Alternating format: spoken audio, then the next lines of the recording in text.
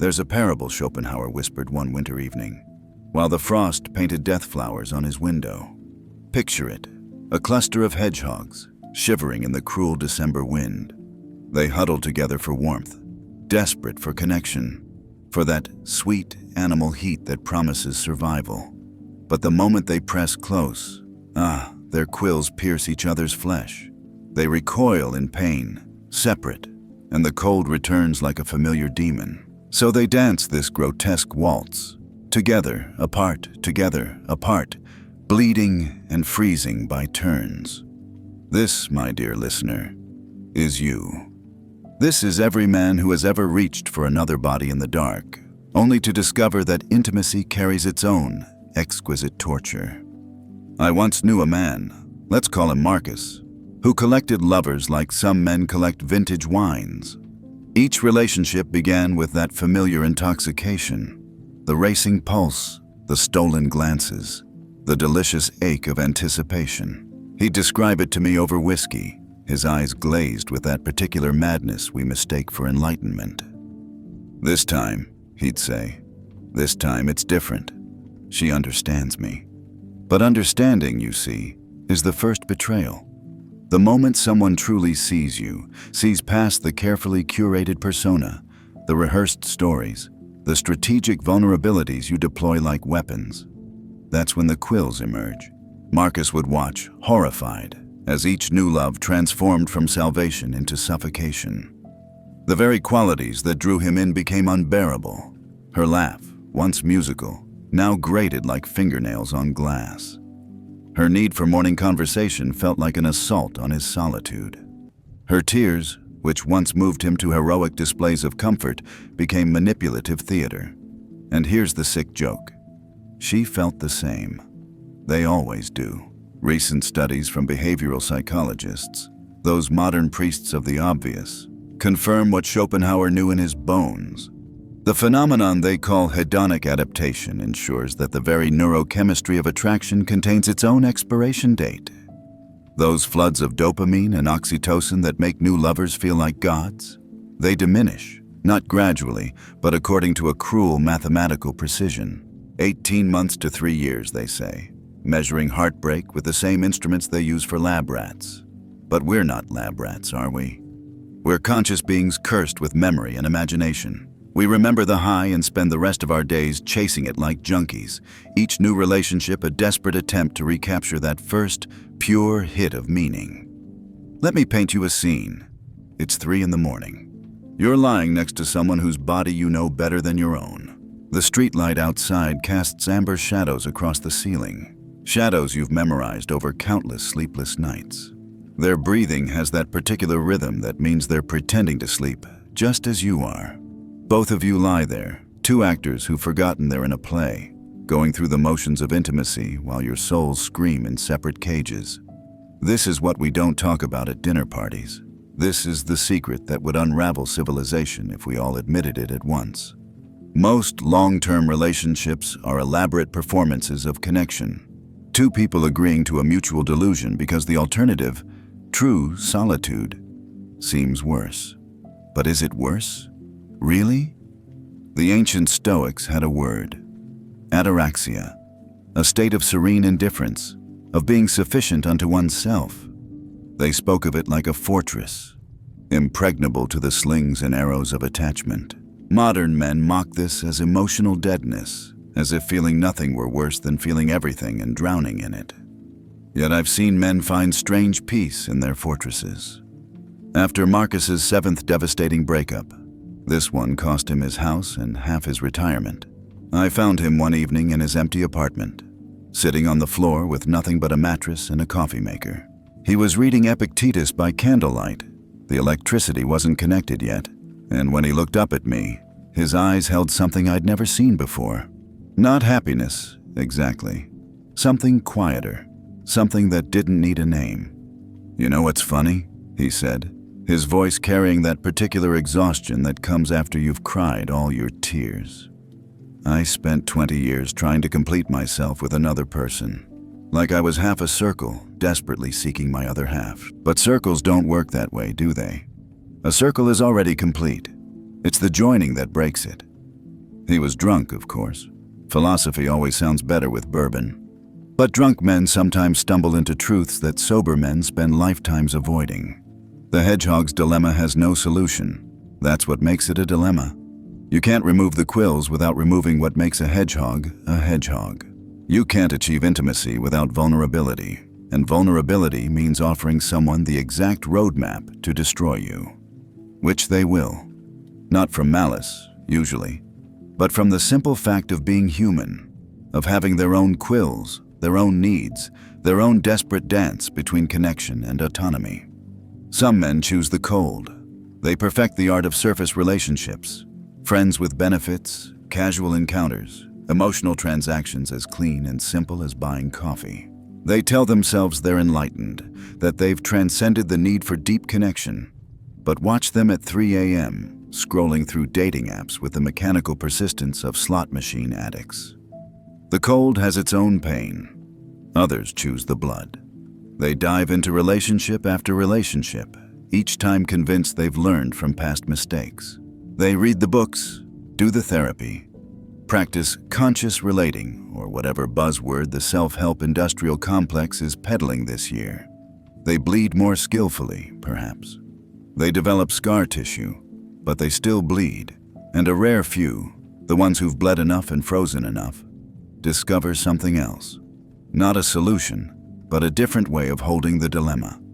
They learn to dance at precisely the right distance. Close enough to feel warmth, far enough to avoid the deepest wounds. They master the art of loving without grasping, of being present without being possessed. But even they pay a price. Watch them closely and you'll see it. A certain quality in their smile, like people who've learned a terrible secret and made peace with it. They love, yes, but the way a soldier loves who knows that all things end, that every embrace carries within it the seed of its own departure. Schopenhauer, that old pessimist, died alone in his apartment with only his poodles for company. The cleaning woman found him on his couch, looking peaceful, his last manuscript still open on his desk. In it, he'd written, "A man can be himself only so long as he is alone, and if he does not love solitude, he will not love freedom.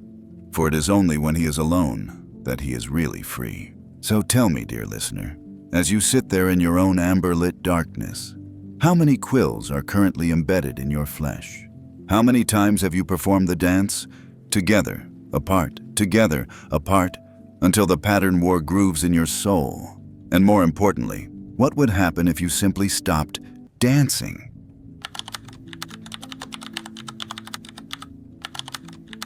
Every goddess becomes a cashier, given enough time. Listen closely and you'll hear it. That wet, sucking sound of romance being digested by the machinery of daily life. It starts as a whisper. "Could you pick up milk on the way home?" It ends as a roar. "We need to talk about the credit card bills." I'll tell you a secret that would make troubadours weep into their lutes. Love, in late-stage capitalism, is a business merger disguised as poetry. And like all mergers, it begins with irrational exuberance and ends with someone getting screwed in the fine print. Picture this. A man meets a woman at a bookstore. Yes, they still exist, these temples to dead trees and dying dreams.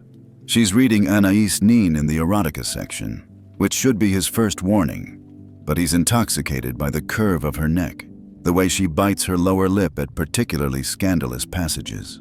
He approaches with a line he's rehearsed but pretends is spontaneous. She laughs, not at the line, but at his obvious nervousness.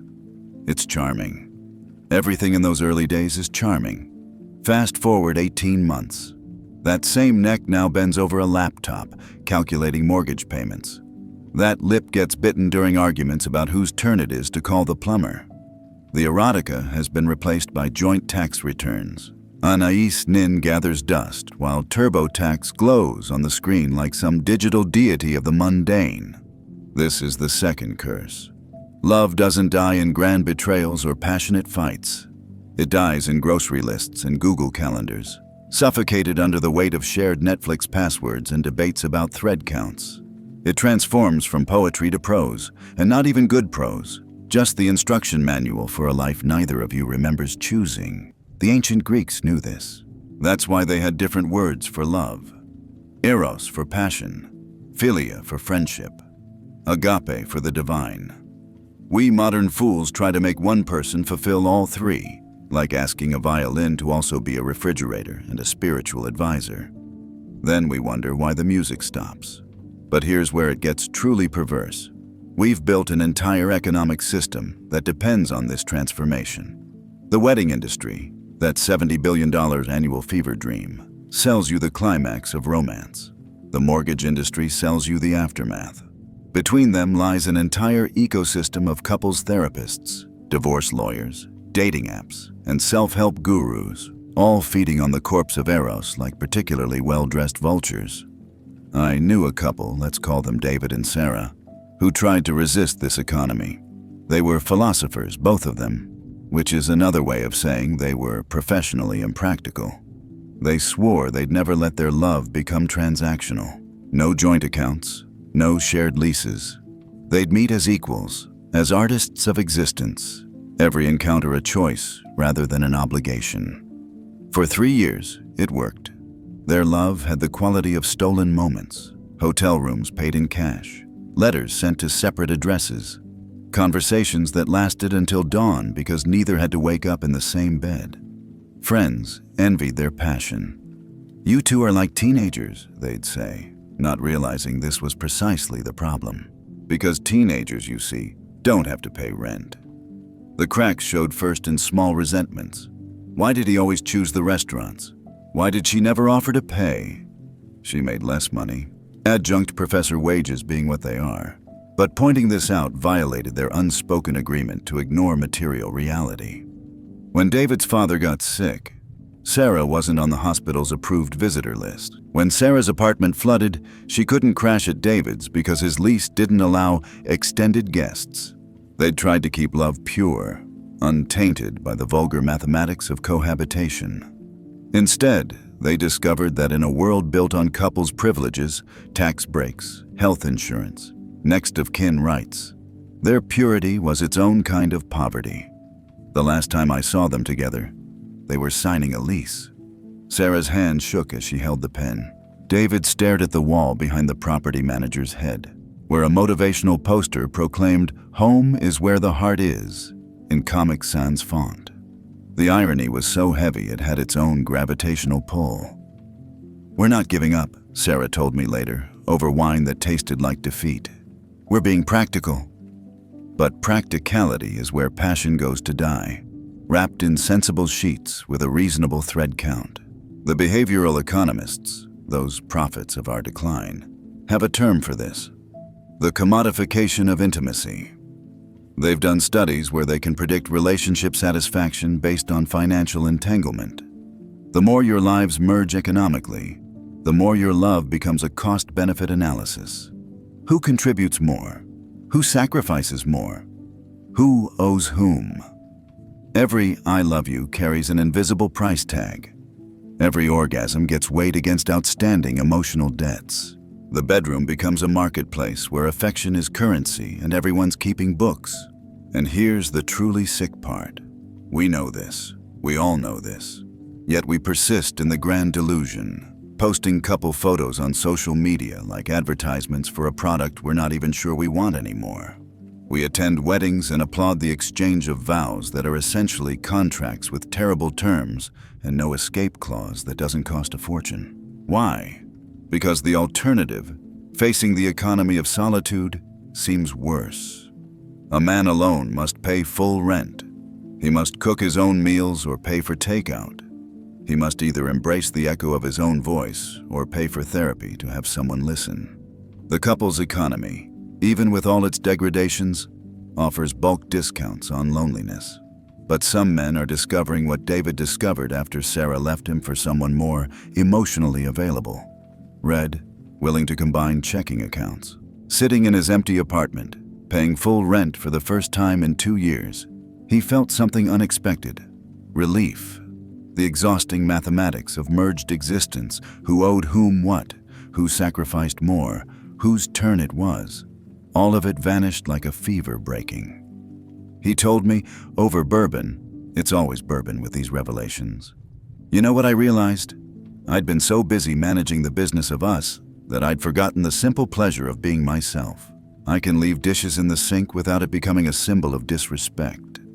I can spend money on books without justifying their practical value. I can be wasteful with my own time without someone calculating its opportunity cost. The Stoics, those ancient masters of emotional accounting, understood that the highest freedom was autarkia, self-sufficiency, not the lonely kind that comes from inability to connect, but the kind that comes from choosing your own company over the exhausting negotiations of perpetual merger. Modern research, published just this year in fact, shows that men who live alone between relationships report higher life satisfaction than those who jump from merger to merger. They rediscover hobbies abandoned for couples' activities. They reconnect with friends previously filtered through a partner's approval. They remember what their own opinions sound like without the echo chamber of compromise. But this wisdom comes at a price. To choose solitude in a couple's economy is to accept a kind of exile. Restaurant hosts look at you with pity when you ask for a table for one. Wedding invitations include painful +1 assumptions. The tax code itself punishes your autonomy. Yet more and more men are making this choice, becoming what I call economic monks, not celibate but careful. They date without merging. They love without incorporating. They've learned the secret that the wedding industrial complex doesn't want you to know. You can have intimacy without an intimate financial partnership. You can share bodies without sharing bank accounts. You can love someone deeply while maintaining separate Netflix profiles. It's not romantic. The poets would hate it. But then again, the poets never had to split a Costco membership. So here's my question for you, dear listener. As you sit there calculating the emotional ROI of your last relationship, what would happen if you stopped trying to extract value from love? What if you treated it like art? Something you create for its own sake, knowing it will never pay the rent? And more provocatively, what if being alone isn't a failure of the couple's economy, but a radical act of resistance against it?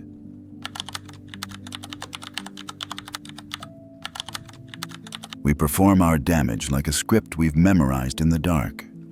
Small poem whispered at 4 a.m. The moth returns to flame. Not from stupidity, but because burning feels like home. Have you ever watched a moth circle a candle? Really watched, with the patience of the damned. It doesn't fly straight into the fire. No, that would be too merciful. It dances around the edges, each pass bringing it closer, its papery wings singing from the heat. It knows. God help me, it knows what's coming. But the light calls to something deeper than survival. We are all moths, and our childhood wounds are the flame. Let me tell you about patterns, not the kind you find in wallpaper or Persian rugs, but the invisible grooves worn into your psyche before you had words to name them. Freud called it the repetition compulsion. The Buddhists call it samsara. I call it the most elegant torture device ever conceived. The human need to recreate our first wounds in hope of a different ending.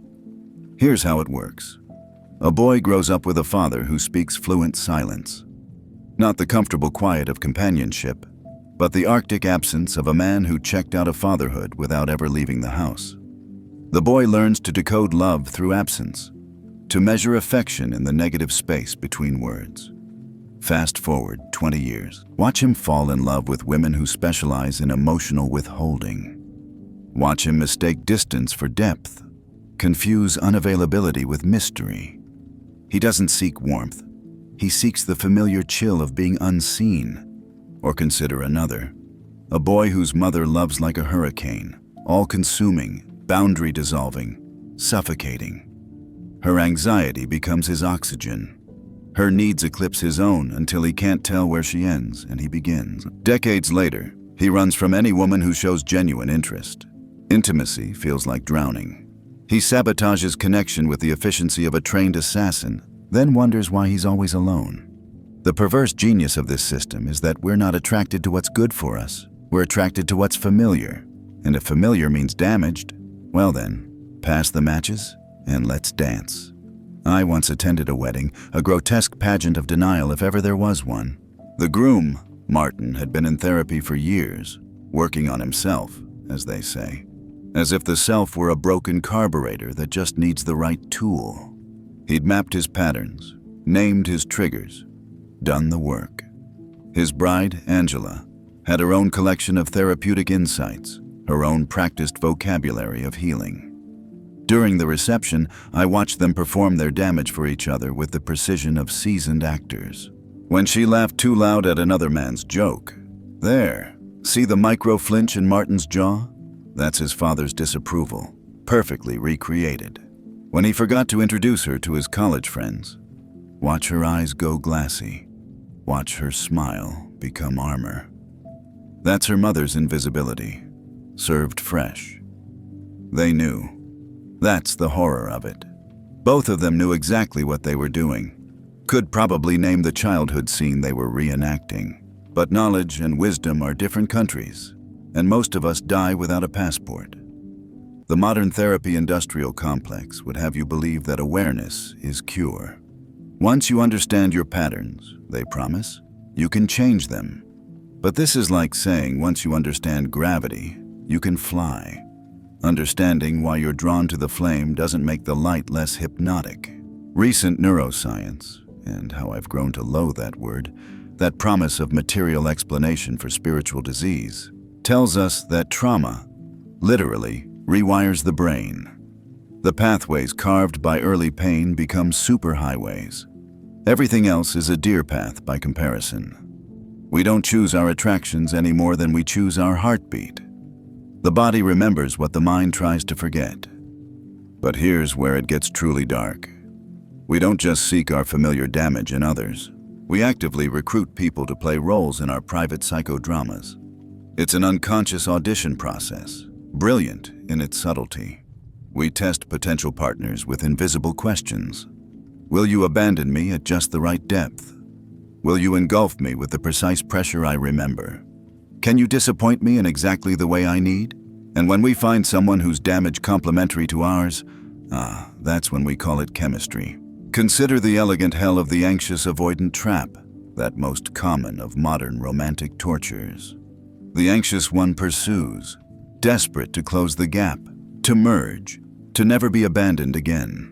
The avoidant one retreats, desperate for space, for autonomy, for the safety of distance. Each triggers the other's deepest wound with surgical precision.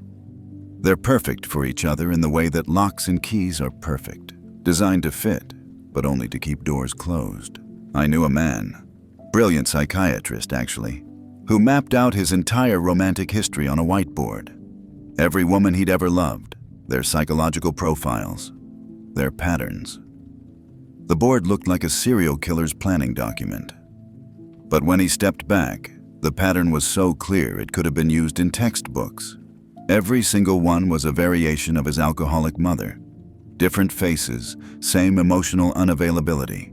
Different names, same tendency to promise presence and deliver absence. "I see it," he told me, pointing at his board like a general explaining a forever war. "I see exactly what I'm doing. And next time," he actually said this with a straight face, "next time I'll choose differently." 6 months later, he was engaged to a functional alcoholic who worked in pharmaceutical sales. The universe, it seems, has a sense of humor darker than Schopenhauer's. But wait, there's a twist in this tale of compulsion. Some men, the rarest breed, learn to dance with their patterns without being consumed. They don't transcend their wounds. That's New Age nonsense. They don't heal them. That's therapeutic propaganda. They simply learn to recognize the heat before their wings catch fire. These men develop what I call wound consciousness. They know they'll always be attracted to a certain type of damage, but instead of diving in or running away, they learn to orbit at a safe distance. They date their patterns, but don't marry them. They acknowledge the attraction without surrendering to it. It's not healing. It's harm reduction for the heart. One such man told me his secret. "I only date women I'm moderately attracted to. If I feel that pull, that deep cosmic recognition, I run. That feeling isn't love. It's my trauma recognizing a playmate." Is this cynical? Perhaps, but it's also practical. He's been happily partnered for 5 years with a woman who doesn't make his wounds sing. Their relationship lacks the operatic highs and lows of trauma bonding. Instead, they have something rarer: peace. Actual, sustainable peace. It's boring in the way that not being on fire is boring when you're used to burning. The mystics say we repeat patterns until we learn the lesson they're trying to teach. But I think that's giving the universe too much credit. We repeat patterns because we're biological machines running outdated software. The moth doesn't circle the flame seeking enlightenment. It circles because millions of years of evolution taught it to navigate by the moon, and it can't tell the difference between celestial body and candle. We can't debug our programming, but we can learn to recognize when it's running. That moment when you meet someone and feel that electric recognition, that sense of coming home, that's not destiny. That's your damage recognizing a dance partner. So here's my challenge to you, you beautiful damaged moth. The next time you feel that familiar pull, that siren song of, "This one's different," pause. Ask yourself, does this feel exciting because it's new, or because it's the oldest story I know? Am I drawn to the light because it illuminates, or because I've learned to call burning love? And if you're very brave, braver than most, try this. Choose someone who doesn't fit your pattern. Date someone who makes your wounds yawn with boredom. See what happens when you stop casting the same play with different actors. You might discover something terrible. That healthy love is quiet. So quiet you might mistake it for absence. But it's not absence. It's the sound of wings not burning.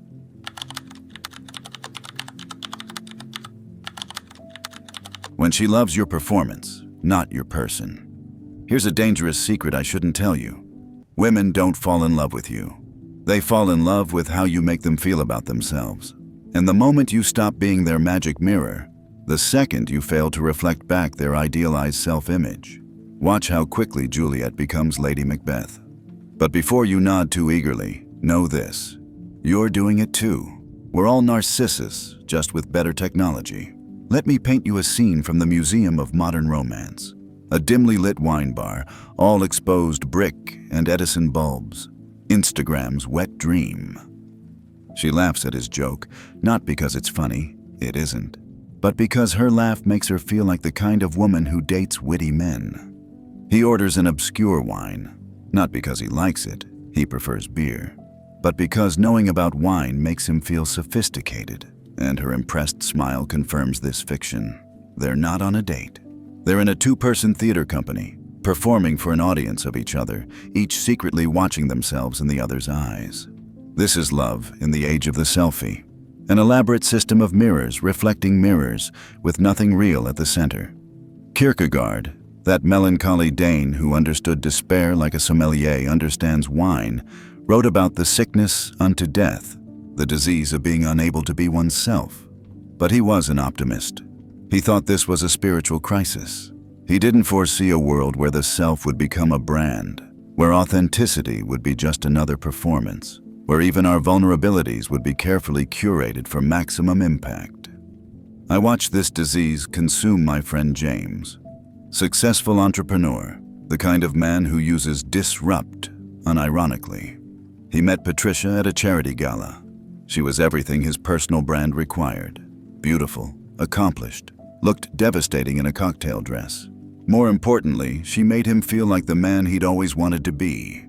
Desired, admired, envied. For 2 years, they perfected their performance.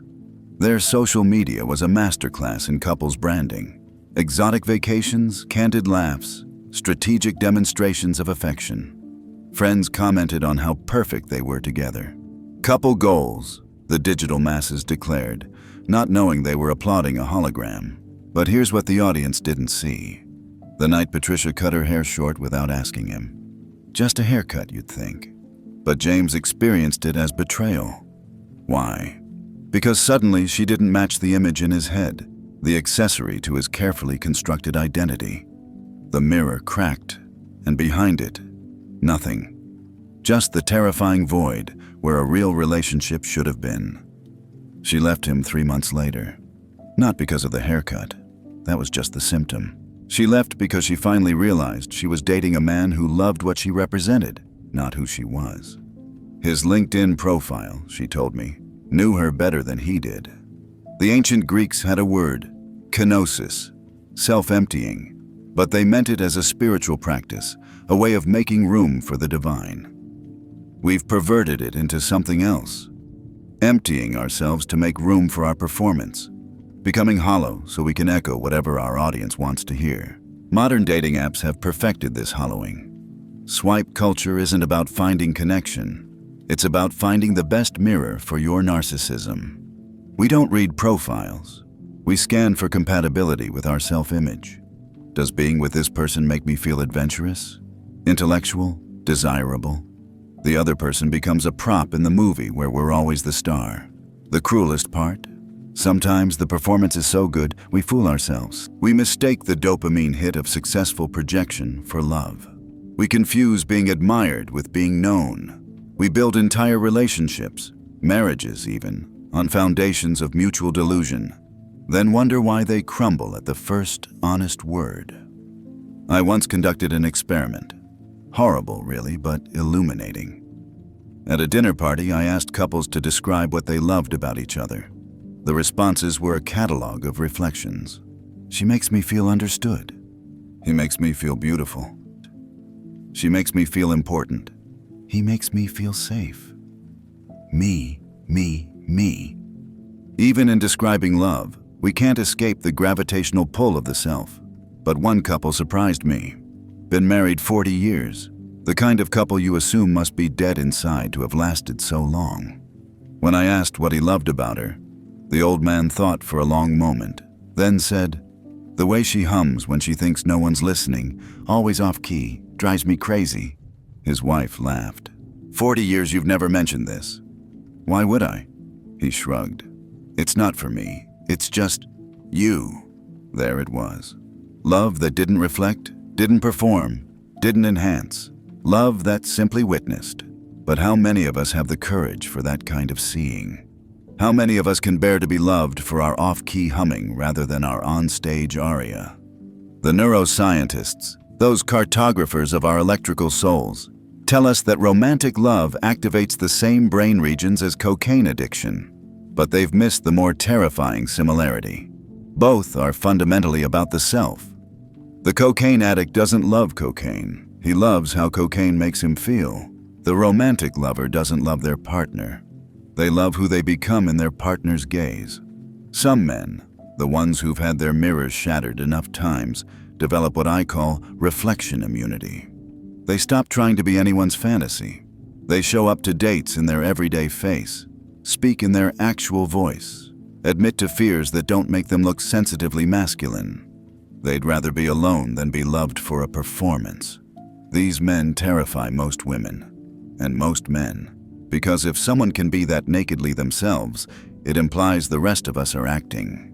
It breaks the fourth wall of social theater, and suddenly everyone's makeup looks garish under the house lights. But here's the paradox.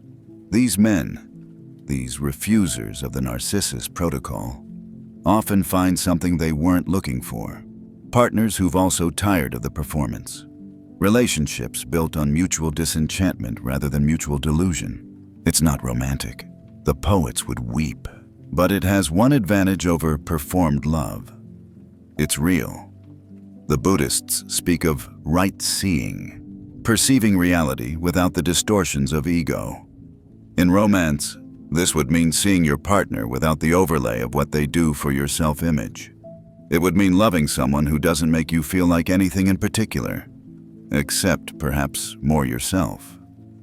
But most of us aren't Buddhists. We're narcissists with Netflix accounts, swiping through potential mirrors, looking for the one that shows us in the best light.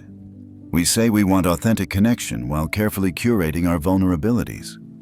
We claim to seek truth while speaking in Instagram captions. So here's my riddle for you, wrapped in velvet and thorns. If you stripped away everything your partner does for your self-image, the status they provide, the desirability they confirm, the identity they validate, would anything remain? Or would you find yourself staring at a stranger, someone you've shared a bed with but never actually met? And more disturbing still, would they find the same if they looked at you? In the myth, Narcissus dies staring at his own reflection, unable to tear himself away. We've updated the story. Now we die staring at ourselves in our lover's eyes, calling it intimacy while drowning in our own image. The only cure, and its bitter medicine, is to practice loving what doesn't reflect, to seek out the opacity in others, the parts that refuse to mirror back your projections, to choose partners who disrupt your self-image rather than confirm it. But who has the stomach for such love? Who can bear to be seen, really seen, without the flattering filter of performance? Perhaps solitude isn't the failure of love, but its beginning. Perhaps we need to sit alone until we can stand our own company without entertainment, until the performance exhausts itself and something real remains. Only then might we be ready to love another person instead of our reflection in their eyes. But I warn you, this kind of love is quieter than you imagine. No violins, no standing ovations, just two people humming off key, witnessed and witnessing, no longer needing to be anyone's magic mirror.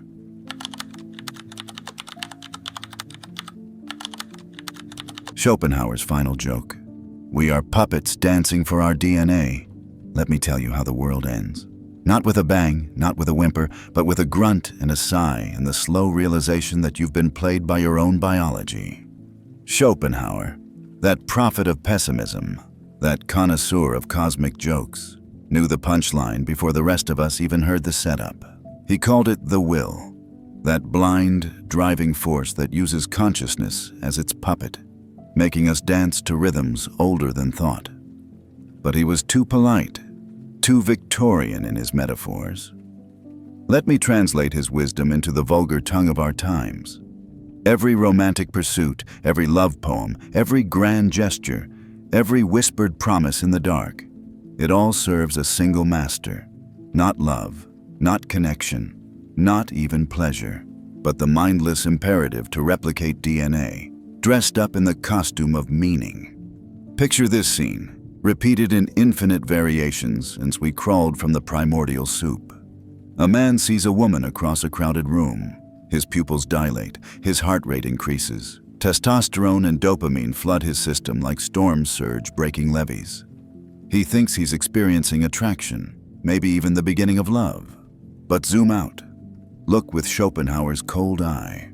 What you're witnessing is a biological algorithm running its program. Viable mate detected. Initiate approach protocol. Deploy resources.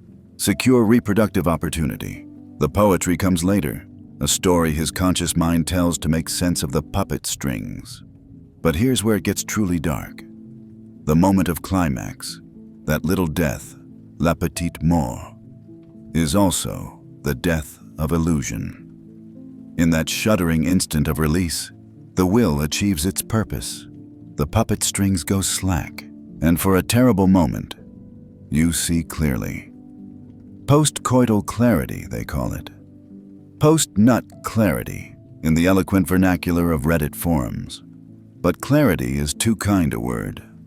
What descends is the opposite of enlightenment, the recognition that all your grand passions, your soul-deep connections, your protests of eternal love, were just elaborate foreplay for a biological transaction. I knew a philosopher, brilliant man, could quote Hegel in 3 languages, who described it thus: in the moment after orgasm, I experienced the most profound existential horror of my life. Not because the act was empty, but because I suddenly see that everything leading to it was a lie my body told my mind. The person next to me transforms from goddess to stranger. The urgency that consumed me seconds before reveals itself as a chemical puppet show. And I understand, with terrible clarity, that I am not the author of my desires. I am their vehicle. He tried celibacy for a while, thought he could starve the will, break free from the puppet strings. But the will is patient. It doesn't need your cooperation, only your existence. The fantasies grew more vivid, the dreams more insistent.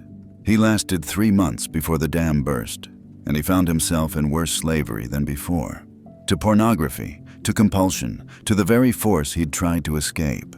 Because here's Schopenhauer's cruelest insight. You can't defeat the will by opposing it. Opposition is just another form of engagement. The ascetic and the hedonist are both puppets.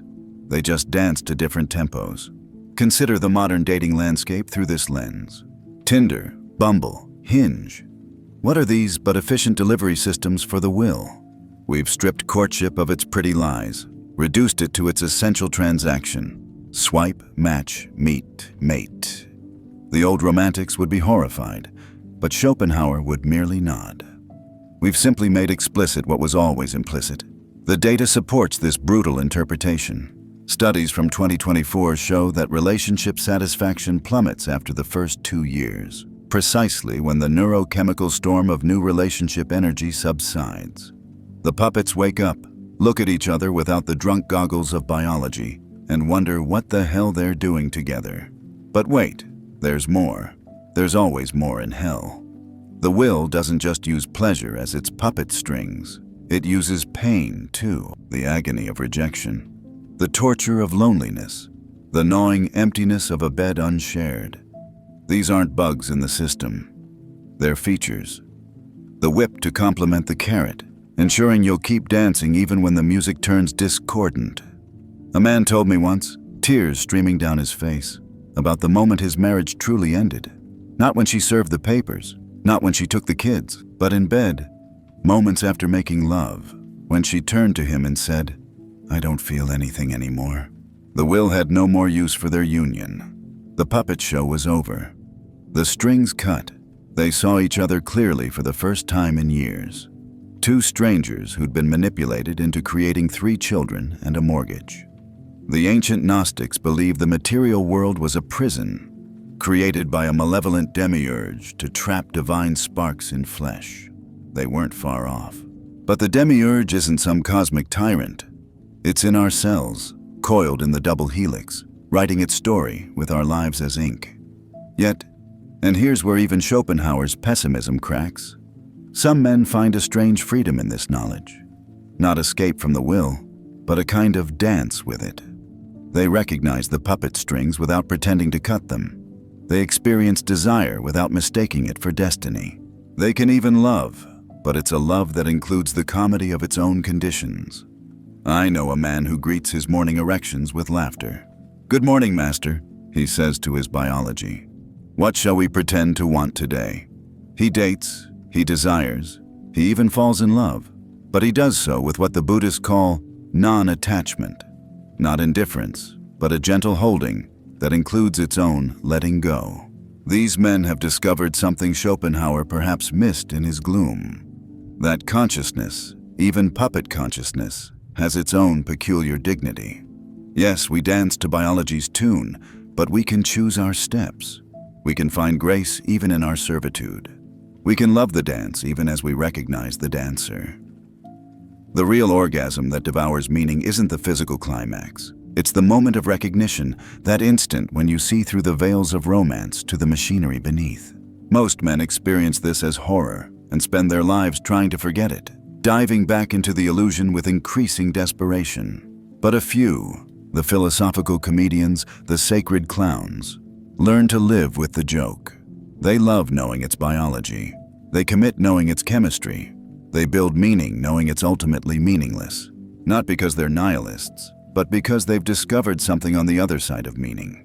The simple animal joy of being alive, even as a puppet. So here's my final question, posed at the edge of the abyss. Tomorrow morning, when desire stirs in you like a serpent waking, when the will tugs at your strings and demands its dance, will you pretend you're choosing? Or will you dance anyway, eyes open, laughing at the cosmic joke of your own existence? And perhaps most importantly, is there really any difference? The serpent swallows its tail. The puppet realizes it enjoys the show. And somewhere, in whatever passes for the afterlife of pessimist philosophers, Schopenhauer is either weeping or laughing. I suspect both.